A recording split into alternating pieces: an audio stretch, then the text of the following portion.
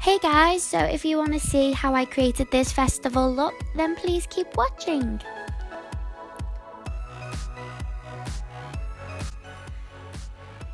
First things first, I'm going to go in with my MAC Fix Plus and spray this all over my face.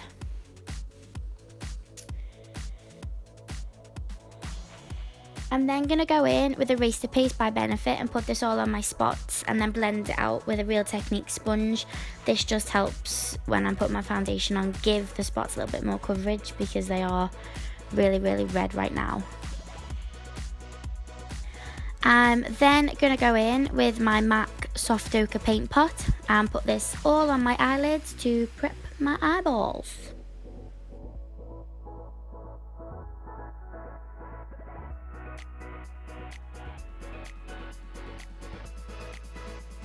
I'm now going to go in and pick up Laura Mercier translucent powder and a fluffy brush and just set all of that.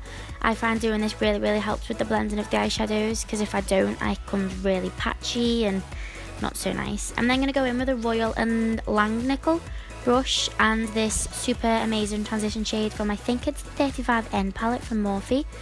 Put this all through my crease and blend it upwards towards the brow bone.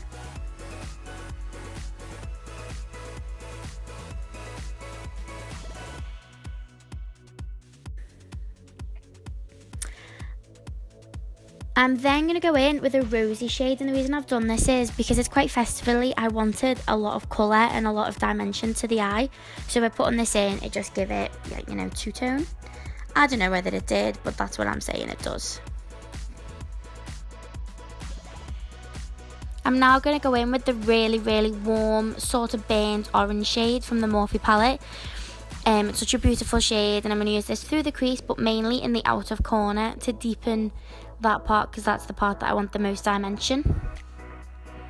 And I'm just going to keep going in until I've got the desired effect.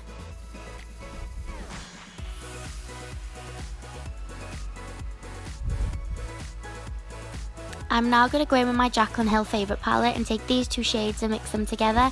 And once again, I'm just going to put them in the outer corner to give the outer corner more dimension. I'm not really taking this through the crease as much, just keeping it really in the outer corner. Then going in with this shade, it's not a plum shade, but it's a really rich brown. And once again, just placing that over the shadows in the outer corner.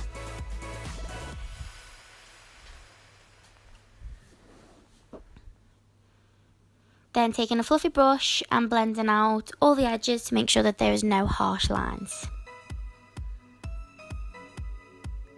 I'm now going to go in with a eyeshadow shade, and I didn't film what shade it was, so I can't really tell you, but it was just a sparkly gold shade. I think it's the one from the Morphe palette, but please don't hold me to that. But if you've got a sparkly gold shade, then y'all should be okay.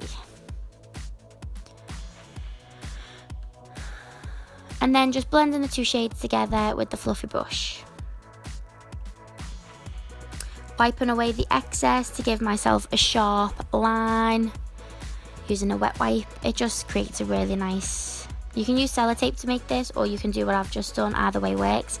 I did go in and do my eyeliner and mascara off camera because, yeah, but I'm now going to take a black shade and just put that really lightly in the outer corner, not blending it through or nothing, just placing it in the outer corner.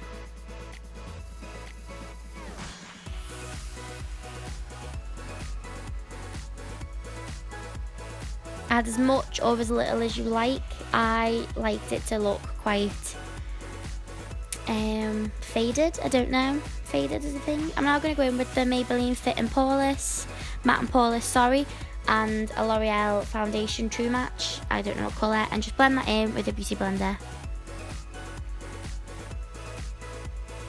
For festivals, I really would suggest a matte foundation when you go. I learnt the mistake of taking dewy ones and they just didn't last me at all, where when I've took matte ones, you know, they last all day. And I'm going to go in with the LA Girl Pro Conceal in Porcelain and highlight my fizzog with that. And I'm blending it out with Real Techniques Beauty Sponge once again.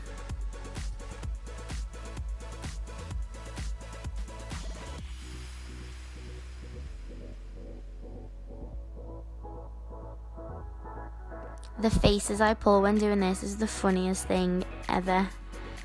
Like, watching this back when you're editing it makes you cringe. Now that's done, I'm going to bake slightly under my eyes, around all the places that go oily, just to make sure that the longevity, whatever that word is, of the foundation stays in my oily areas. This also helps that when we do the under lash line, like underneath the lash line, if you do get any fallout, you can just brush it away with the translucent powder. I'm now taking these two Makeup Geek eyeshadows. One is Morocco, and I can't remember what the pink shade is. But first of all, I'm going in with Morocco and placing that in the inner corner of the lash line, just with an angled Real Techniques brush. Taking that about, maybe mid-length the way in. And then I'm taking the pink shade and blending that all together and putting that on the outer corner and taking it just underneath the eyeliner. Then taking a fluffier brush and blending them together and smoking them down a bit instead of them being a harsh line. I'm now taking Black Bean from NYX and putting that in my waterline. Don't know what I've done without these since I've bought them. I've used them like every single day. I then blended some black eyeshadow onto my actual lash line just to give a bit more of a smoked out look. I'm now mixing three glitters. I'm mixing a gold, an iridescent and a red, like a maroony red glitter, and putting my brush in some Fix Plus and putting that basically in the areas you'd highlight your face is where I'm putting the glitter. So it was a bit pointless me highlighting, but oh well. And then I'm taking these stars. I got these from Front Cover when Front Cover, I don't know if that exists anymore. And I've never used them, but I finally found the perfect look. As you can see right there. I think it just adds something amazing to the look. I don't know. I was really pleased with myself when I seen I had all this and I was like, yes, you slay girl. I'm now going to take NYX, I think it's Alabama lipstick with an Essence lip liner. This is a red shade. I thought red would go really nice. If you're looking for a bold festival look, then this is your look, guys.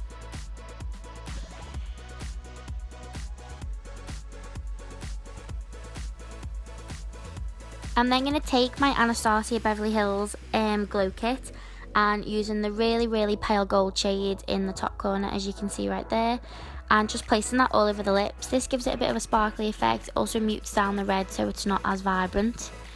And the more sparkle the better. And that, my loves, is the finished look.